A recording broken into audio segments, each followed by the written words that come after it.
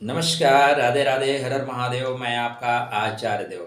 आज इस वीडियो पे बात करेंगे वृषभ लग्न वृषभ राशि। वृषभ लग्न वृषभ राशि के जातकों के लिए 2024 का जो अप्रैल माह है कैसा जाने वाला है। अप्रैल माह किन उपलब्धियों को लेके आएगा, किन परेशानियों को लेके आएगा, कहाँ रखना होगा ध्यान। शक्ति का माह है, आदिशक्ति जगदम्बा की आराधना का माह है, इसलिए आदिशक्ति जगदम्बा की आराधना की पहले से प्लानिंग कर लीजिए। 9 संवत्सर शुरू हो रहा है और 9 संवत्सर आपके लिए श्रेष्ठ जाए, ऐसी हमारी मंगलमय शुभकामना पूरी टीम की तरफ से आपके लिए। वृषभ मेहनती लोग हैं और मेहनती लोग बुद्धिमान भी हैं, क्योंकि आपके पंचम भाव के स्वामी बुध है। तो बुद्धिमान लोगों से अपेक्षा होती है कि चैनल को सब्सक्राइब करते हुए आगे बढ़े। काया राखे धर्म शरीर माध्यम खलु धर्म साधनम।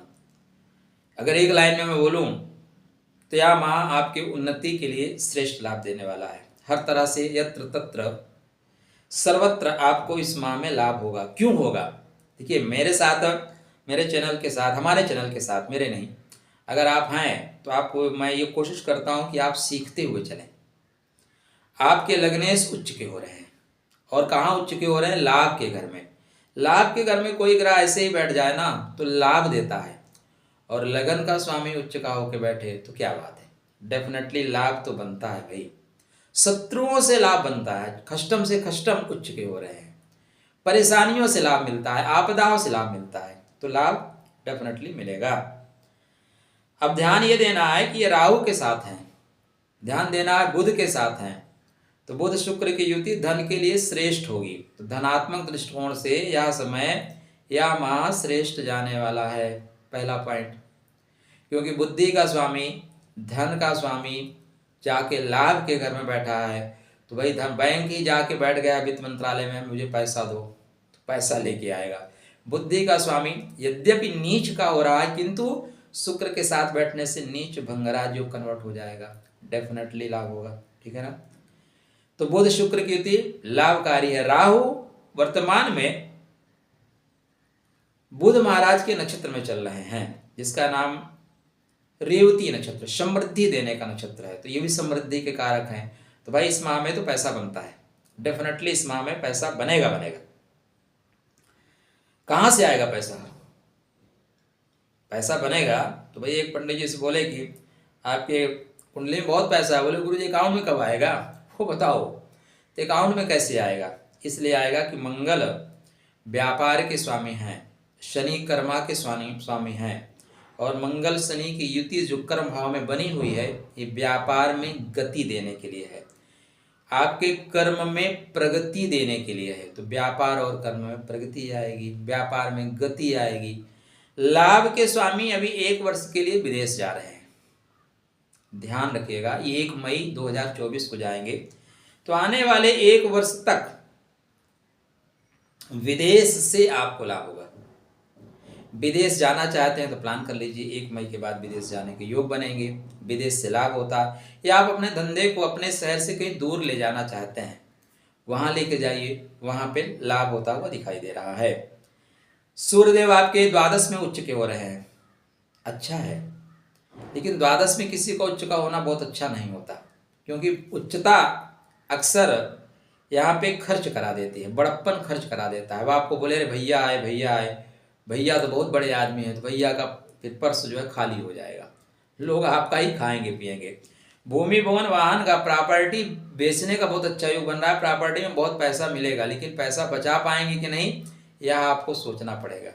तो भूमि भवन का बढ़िया योग है, प्रॉपर्टी आप बेचना चाहते हैं, अच्छा पैसा मिलेगा, लेकिन इस बीच जो पैसे बचाने का है ना, अगर आप सामंजस्य नहीं बना पाए तो पैसे ज़्यादा खर्च कर दोगे। ध्यान में रखना, पैसे ज़्यादा खर्च करते हुए दिखाई दे रहे हो। गुरु महाराज 12वें घर में ही हैं, और ये 1 जनवरी को आपके चले जाएंगे लगन में, राशि में, अष्टम का स्वामी लगन में। आयु संबंधित लाभ होगा, थोड़ा चिड़चिड़ापन आएगा, क्या आएगा? चिड़चिड़ापन, लेकिन आयु का लाभ होगा, विदेश से भी लाभ होगा, तो बेहतर परिणाम है। शनि मंगल की युति श्रेष्ठ लाभ देती हुई दिखाई दे रही है। केतु महाराज पंचम में, क्योंकि हस्त नक्षत्र में आ गए हैं, हस्त मतलब कलाकार, चंद्रमा के नक्षत्र में, संतान से प्रेम, संतान का लाभ, बुद्धि से लाभ, बुद्धि अगर आप एजुकेशन में हैं तो एजुकेशन से लाभ, कोई आप कलात्मक चीज़ों का निर्माण कर रहे हैं, लाभ होगा।